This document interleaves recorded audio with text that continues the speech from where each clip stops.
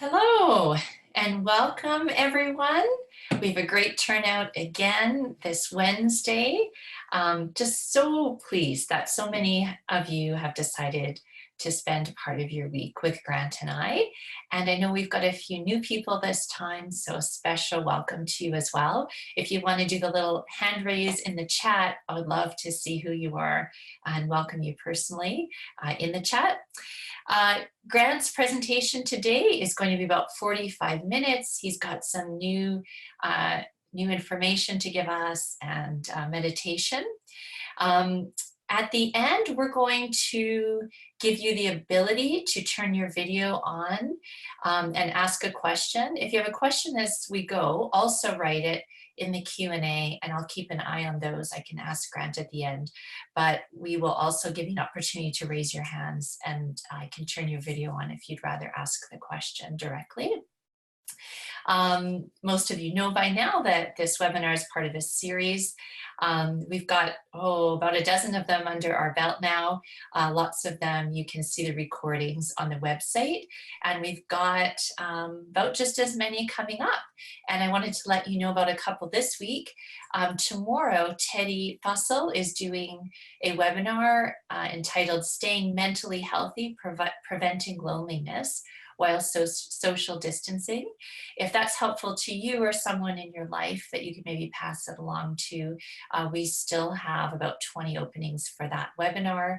And then Christine, early next week on Tuesday, has one called To Schedule or Not to Schedule, and other hard questions with the kids home full time. I know I'm really looking forward to that one as well. So with that, I introduce to you again, therapist on our team, Grant Wardlow, and I am going to turn it over to you. Thank you very much, Nicole. Welcome, everyone. Thank you again for spending your time with us here this afternoon. Really appreciate you having you here and being a part of this. This is week 5. Can't believe we're already on to week 5. And I'd like to begin this week by reporting on my GLAD process, my GLAD technique. For those of you who are new, the GLAD technique is a mindfulness exercise in which we set an intention in the morning for our day to pay attention to times in our day where we can capture moments of gratitude, of learning, of accomplishment, and of delight. So a couple of highlights, some of the highlights for me this week. My gratitude comes from Sunday when it was confirmed that on Friday I have a tea time to golf. Golf has been a very important part of my life. It has for a long time been a refuge and certainly a sanctuary for me. And so I'm really excited to be able to once again get out on the course. My learning this week comes from learning actually about a study on loving kindness meditation. You remember we did that a few weeks ago or 2 weeks ago. And this study showed that it actually reduces compassion fatigue and burnout, which I thought was really interesting and certainly good for any of you that are in a helping profession, knowing that loving kindness can actually reduce compassion fatigue and burnout. And my accomplishment for the week that stands out was I completed week 1 of the Science of Well-Being. You remember from last week, I talked about joining up. This is a course that's being, that is online, that is being brought to the masses via a website called Coursera.org. Dr. Laura Santos, who is a professor at Yale University, developed this course originally to help Yale students deal with stress and anxiety. Given the circumstances of COVID and the increased stress, anxiety that is now sort of a part of our world, she is offering this course for free, and so I completed the first week on Sunday. And my delight for the week came on Monday. My other sister, I talked about my one sister in Japan. My other sister lives in Australia. She sent me a video of my little nephew surfing on Monday. And it was just so delightful to see him laughing and playing in the waves. He is 7 years old and is this little surfer dude. So I really enjoyed that. Today, I'd like to talk more about self-compassion. And the reason that I want to continue talking about self-compassion is because it is such an important practice and really can have a powerful influence in reducing our experience of stress, anxiety, and depression. So what is self-compassion? You remember from weeks previous, self-compassion is the inward expression of kindness, compassion, love, and nurturance in the face of our own pain, sorrow, and suffering. I want to touch on, just for a moment, what self-compassion is not. Excuse me. One of the things self-compassion is not is that it is not it is not self-pity. It is not becoming so immersed in our own problems that we forget that there are other people in the world who are also suffering, okay? It is not falling into the woe of me, woe is me space. Nor is self-compassion an expression of self-indulgence. Self-compassion is not coming home at the end of a stressful day and saying, I'm going to show myself compassion by binge watching Netflix and eating chocolate chip cookies and a small tub of Ben & Jerry's Cherry Garcia ice cream, okay? That is not self-compassion, okay?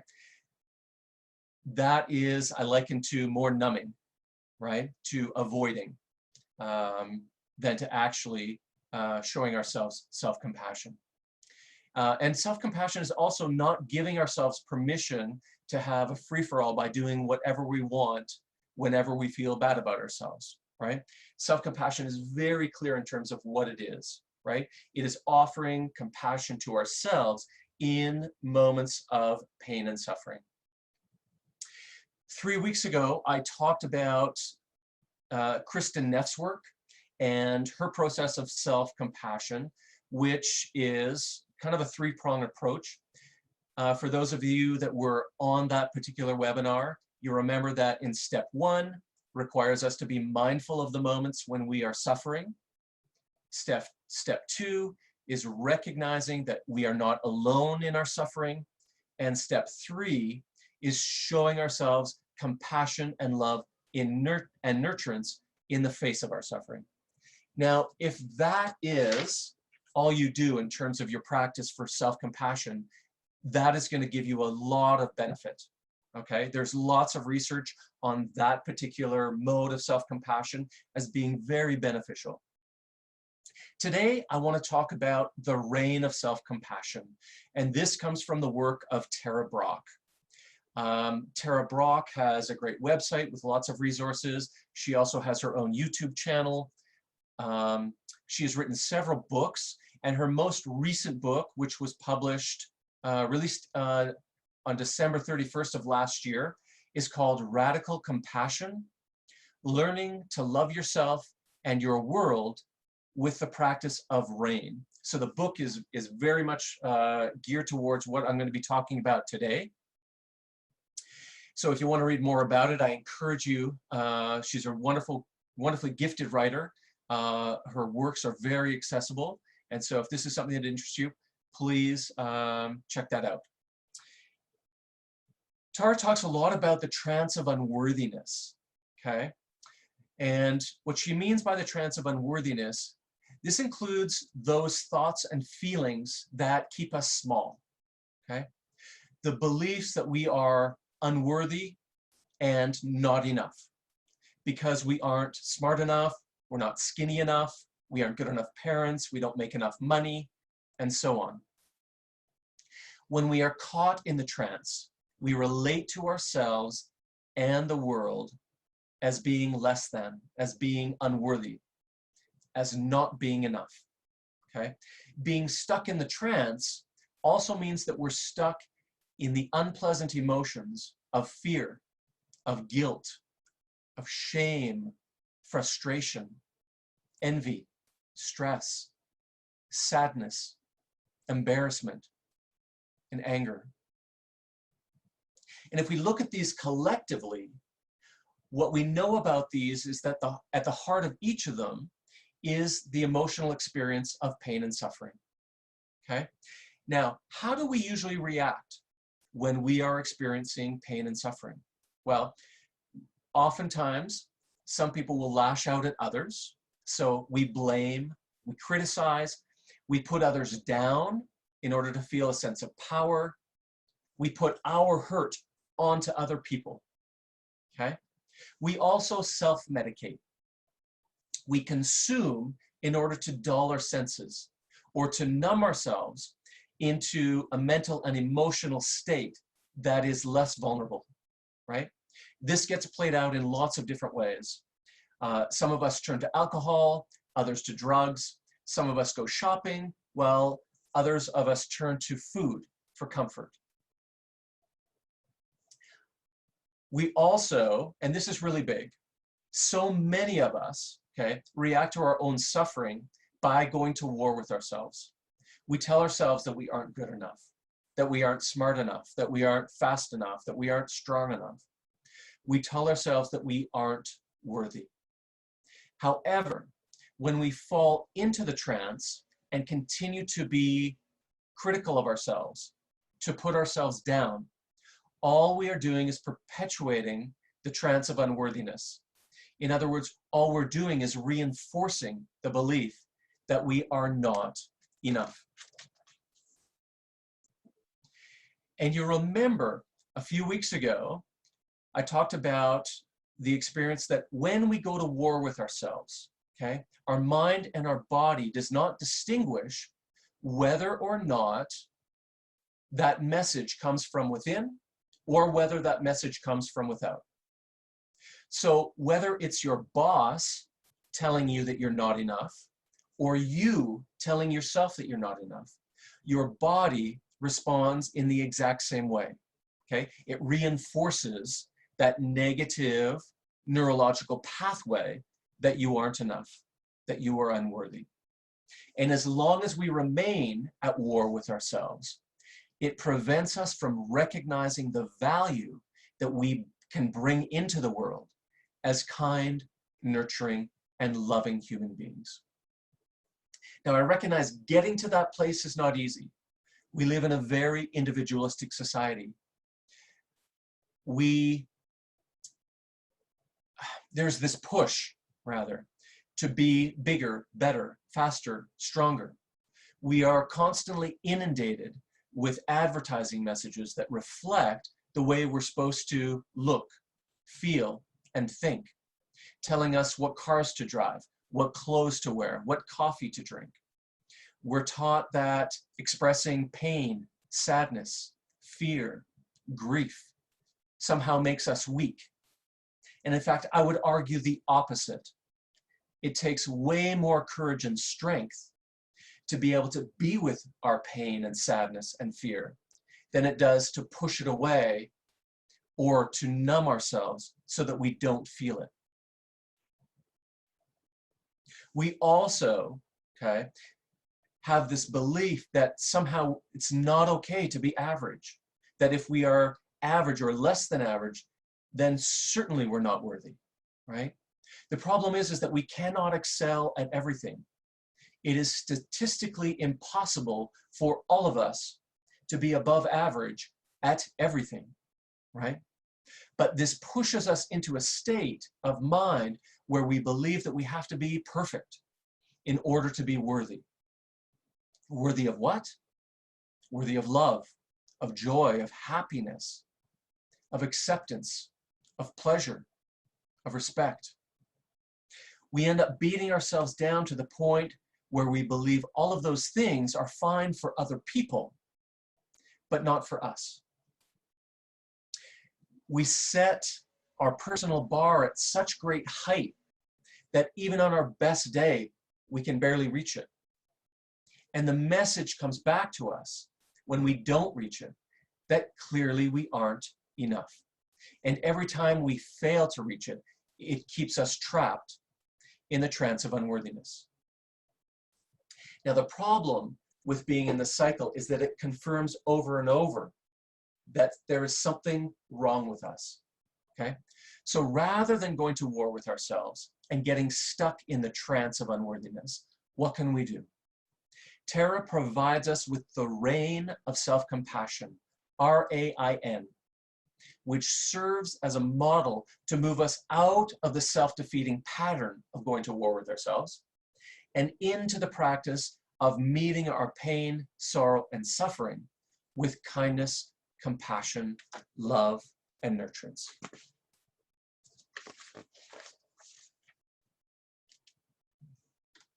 The practice of rain, okay, can be done as a standalone process, or it can be done as a meditation.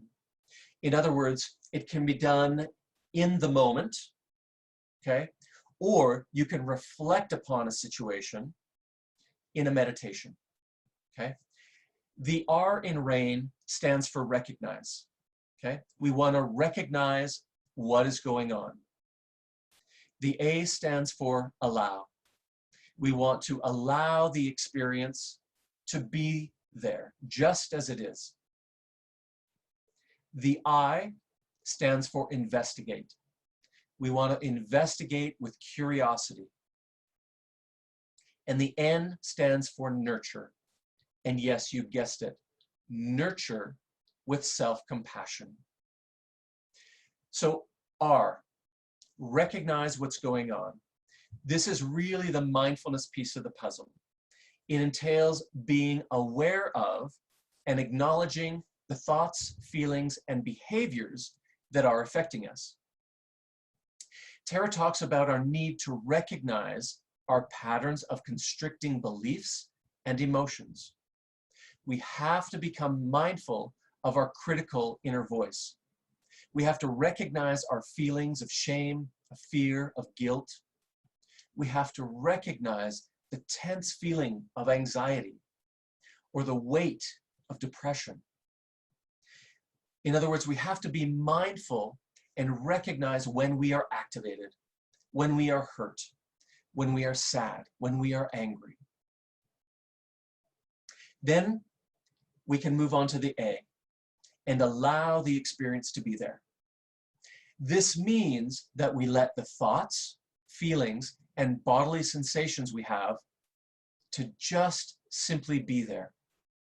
Remember that our typical reaction to suffering is to judge others, numb ourselves, or lash out at others. So instead of reacting to the discomfort of our suffering, we allow ourselves the experience of what is to just be there. Viktor Frankl, the psychiatrist, author, and Holocaust survivor, wrote, "Between the stimulus and the response, there is a space. In that space is the power to choose our response. In our response lies our growth and our freedom. If all we do is impulsively react to the events and situations of the world, we become slaves to our own process. We operate on autopilot. Something happens and we react to it. So rather than being on autopilot and being slaves to our process, we want to be mindful of our pain and suffering and to give pause and just allow that experience to be there in the moment. When we allow our thoughts, feelings, and bodily sensations to be there, we create that space that Viktor Frankl is talking about. When we create that space, we also interrupt the reactionary patterns of old. And even this begins the process of change. Then we move on to I, investigate with curiosity. This is where Tara's work really takes us deeper into a place where we begin to explore what is underneath the pain. Here we investigate what is causing me to suffer in this moment. What is this about for me? Our investigation calls us to put on our curious cap, okay? And we want to explore in a mindful way, and this is really important, okay? We want to explore mindfully, okay, what our need is, what our fear is, and what our belief is in the moment, okay? So we'll ask ourselves, what do I most need in this moment? And this often will relate to an attachment need. Do I need to be seen? Do I need to be heard? Is my need to be loved or to be accepted or to know that I matter? Is my need to know that I am valued? Or is my need to simply be understood? We also want to ask, what am I afraid of in this moment? What is my fear? Perhaps it is a fear of being abandoned or rejected. Maybe it's a fear of not measuring up, or of being a failure, or of being embarrassed. Or maybe it's the fear of not being in control. We also want to ask, what belief do I hold about myself in this moment? Is the belief that I'm not good enough, that I'm not worthy? Is the belief that no one is ever going to love me, or that I'm always going to be a failure, or that I will never amount to anything? Our goal here is to bring the unconscious needs, fears, and self-beliefs into our conscious awareness, okay? When we are activating, so often that activation is outside of our conscious awareness. We don't know why we are activated. We don't know why we are in a state of pain, in a state of suffering, okay?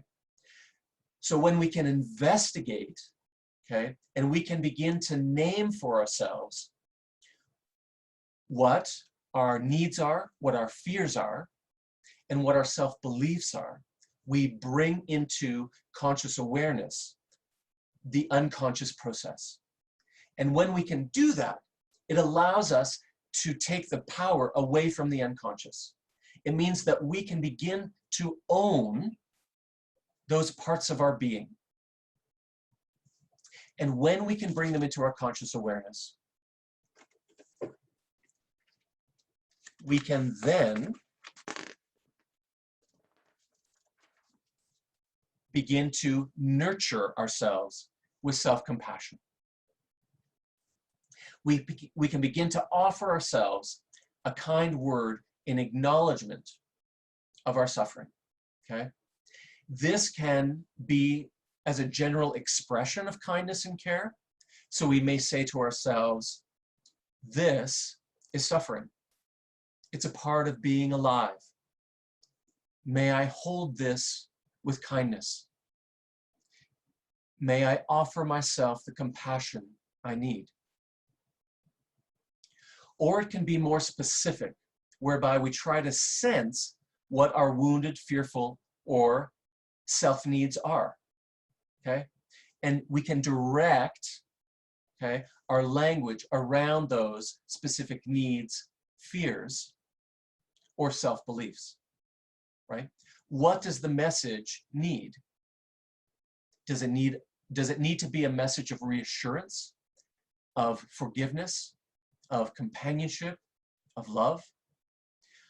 I encourage you to experiment and see what intentional gestures of kindness most help to comfort you in the moment. It might be a gentle whisper of, you are not alone. I'm here with you. Or, I love you and I'm listening. Or, even in your deepest shame, you are loved. With a hand on your heart and a kind message of care to the depths of your vulnerability. When self-compassion is sincere, even the smallest gesture will serve you well. Okay? It really helps to take the edge off the pain and to soothe that part of you that is wounded.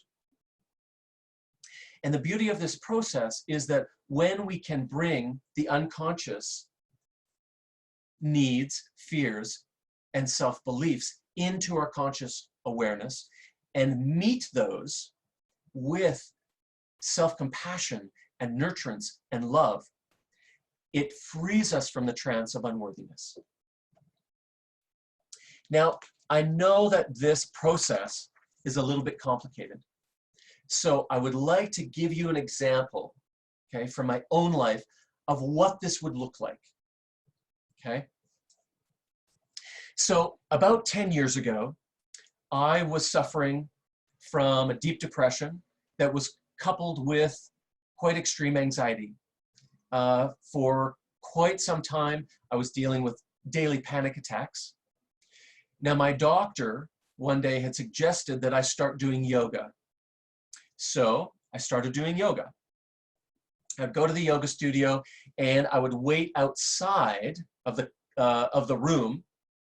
And one day I was standing outside waiting for that class to end so that I could go inside. And wouldn't you know it, the person that was facilitating the class started to sing.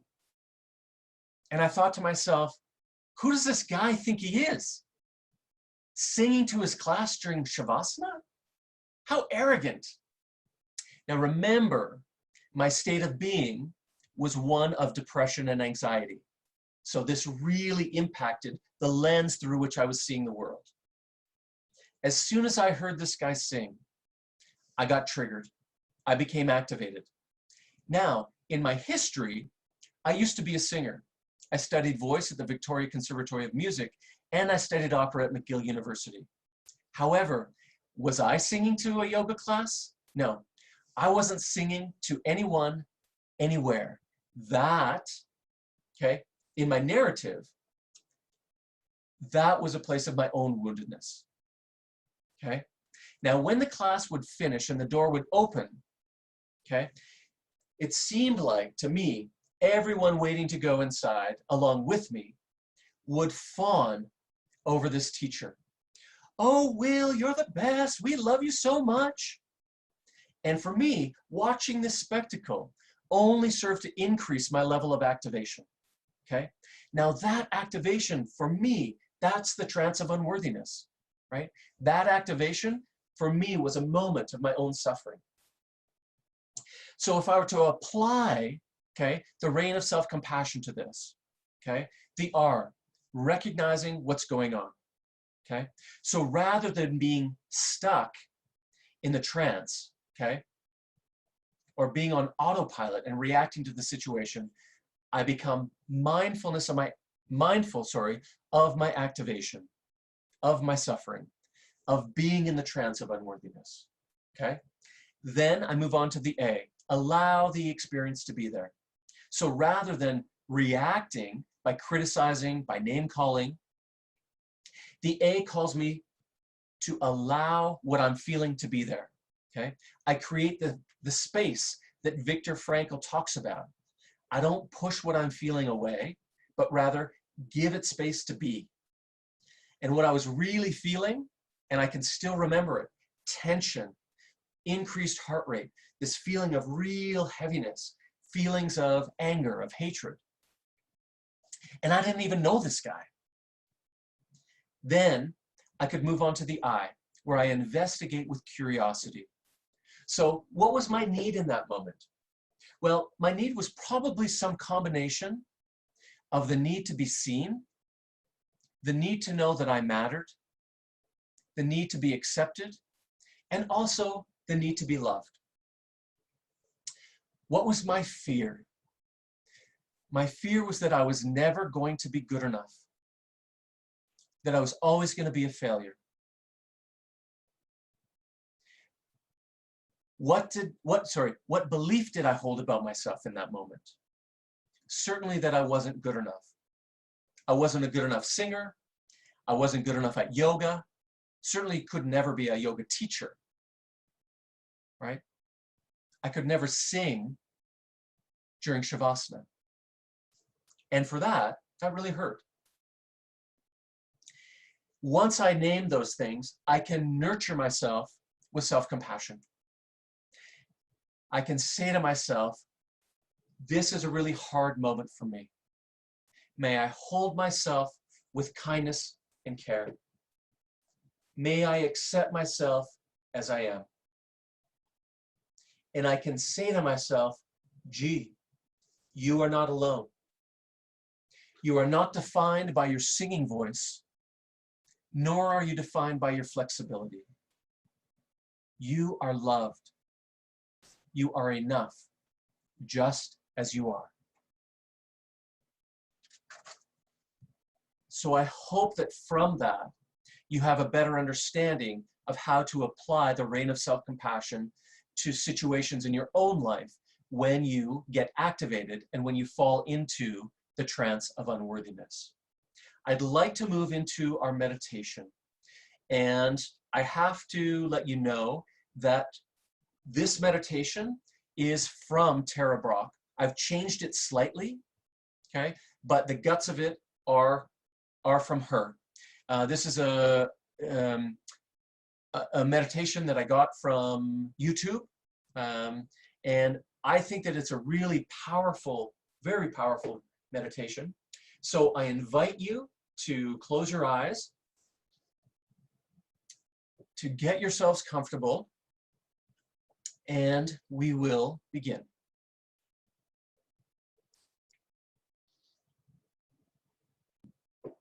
Landing in stillness,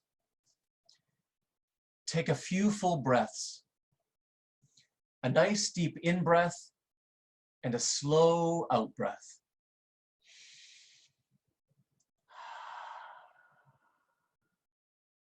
And again, a nice deep full in-breath, filling the chest, filling the lungs, and then a slow out-breath.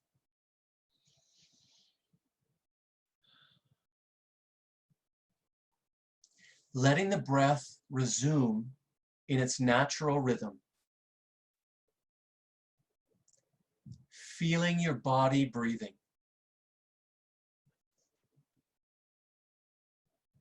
Feeling the sensations of the breath as you inhale and exhale.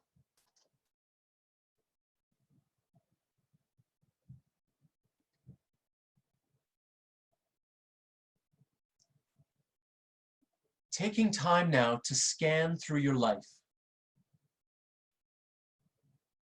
Noticing where your friendships with others or in your own behaviors, you feel like you've turned on yourself in some way.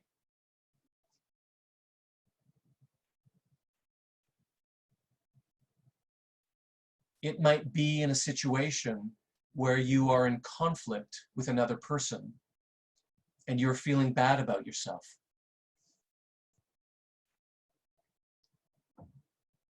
Maybe you've turned on yourself, at war with yourself for a way that you're behaving as a parent or a partner or a friend.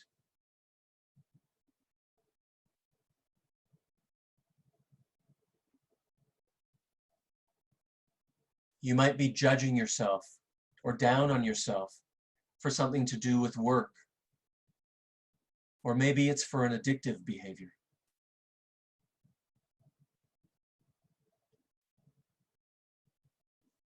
Where do you get into the trance of unworthiness?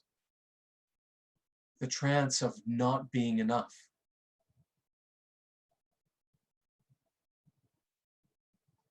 Letting your attention go to that place where you know you get into the trance.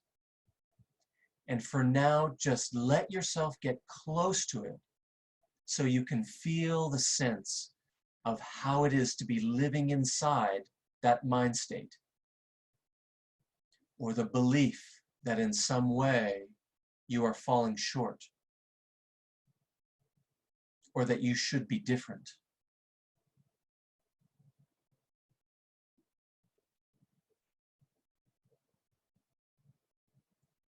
Perhaps there is a sense of feeling unlovable or less than, unworthy of respect, or that something is wrong with you.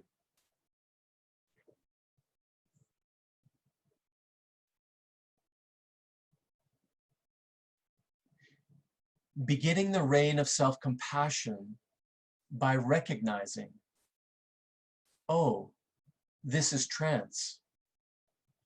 I'm at war with myself. Recognizing the thoughts and feelings of the trance. Allowing that all to be here right now. Making room for what is here.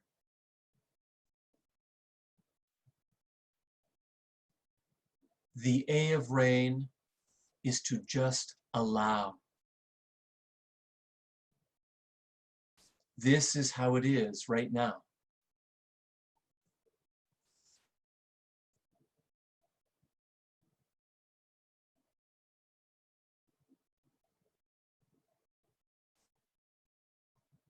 Beginning now to investigate with curiosity. What is it like when I am in this trance?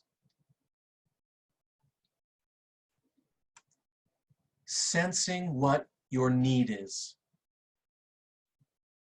To be seen, to be heard, to be loved, to be nurtured, to be valued, to know that you matter.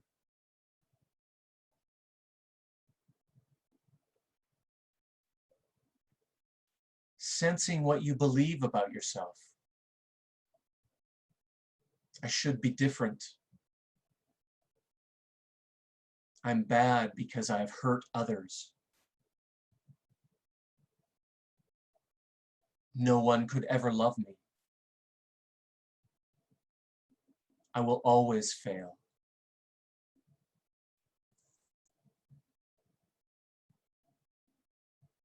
Sensing what is built in there as a core belief.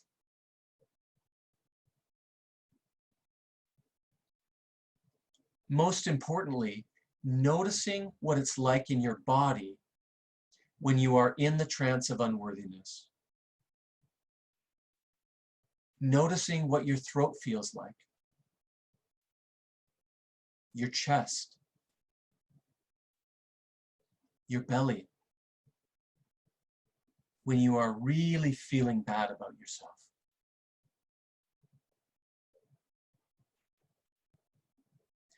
The most important part of investigating is connecting with the embodied experience. Sensing the most vulnerable part of you, where you feel the worst. Sensing what that part of you most needs. The part that feels deficient, not okay. What does it need?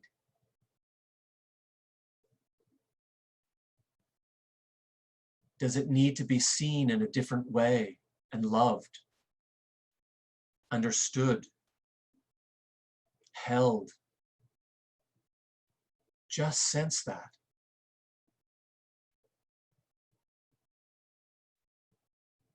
Feeling into that place in you that feels not okay. If it feels right for you, experimenting with putting your hand on your heart. Just lightly, a very tender touch.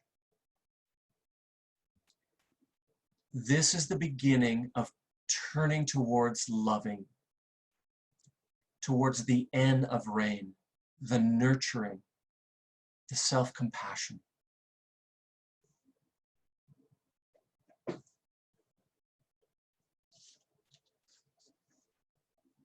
sensing the possibility of offering what is most needed inwardly.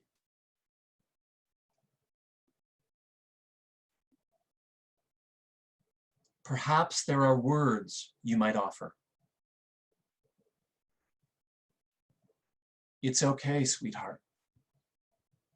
Or, I'm sorry, and I love you.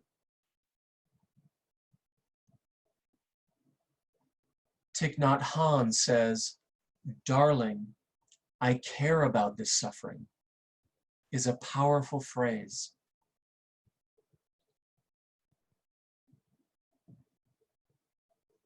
Sensing into the possibility of love and offering it inwards. Nourishing yourself with compassion. Each time you nourish with self-compassion, letting it be fresh, creative exploration of what really allows you to feel love flowing into your own being.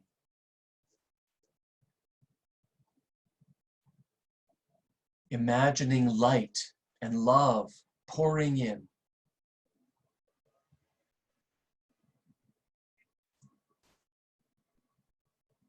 Just the intention to offer care inwardly begins to decondition that tendency to be at war with yourself.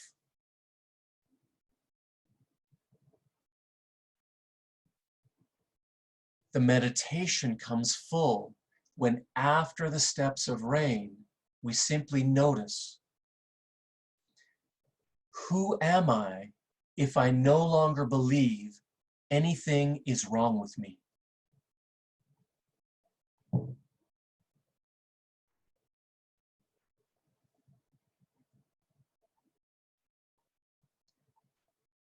Sensing that tenderness, the openness, the spaciousness of being when we are not at war with ourselves.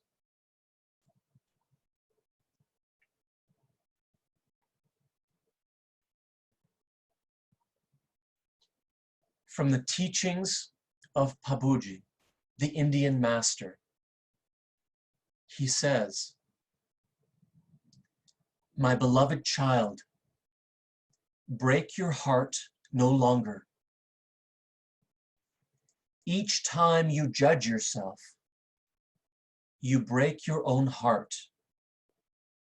You stop feeding on the love, which is the wellspring of your vitality.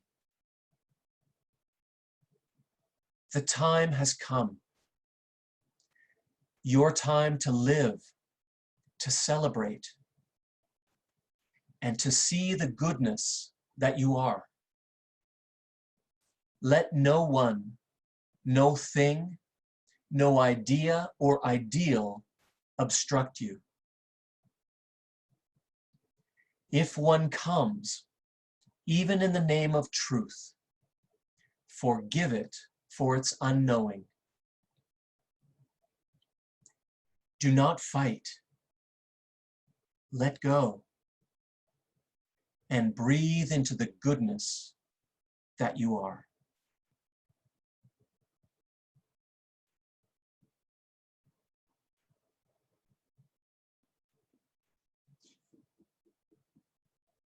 I invite you to take a few more gentle breaths as we come to the end of our meditation. If you need to start to shift, to move, feel free to do so. Remember that the reign of self-compassion is a process, and that each time we slow down and recognize our suffering, we become poised to decondition our old habits and limiting self-beliefs that imprison us.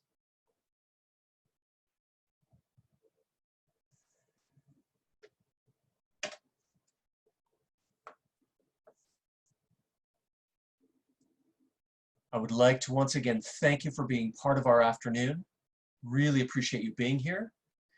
And I would love to hear any comments, any questions that you might have. Please feel free to ask.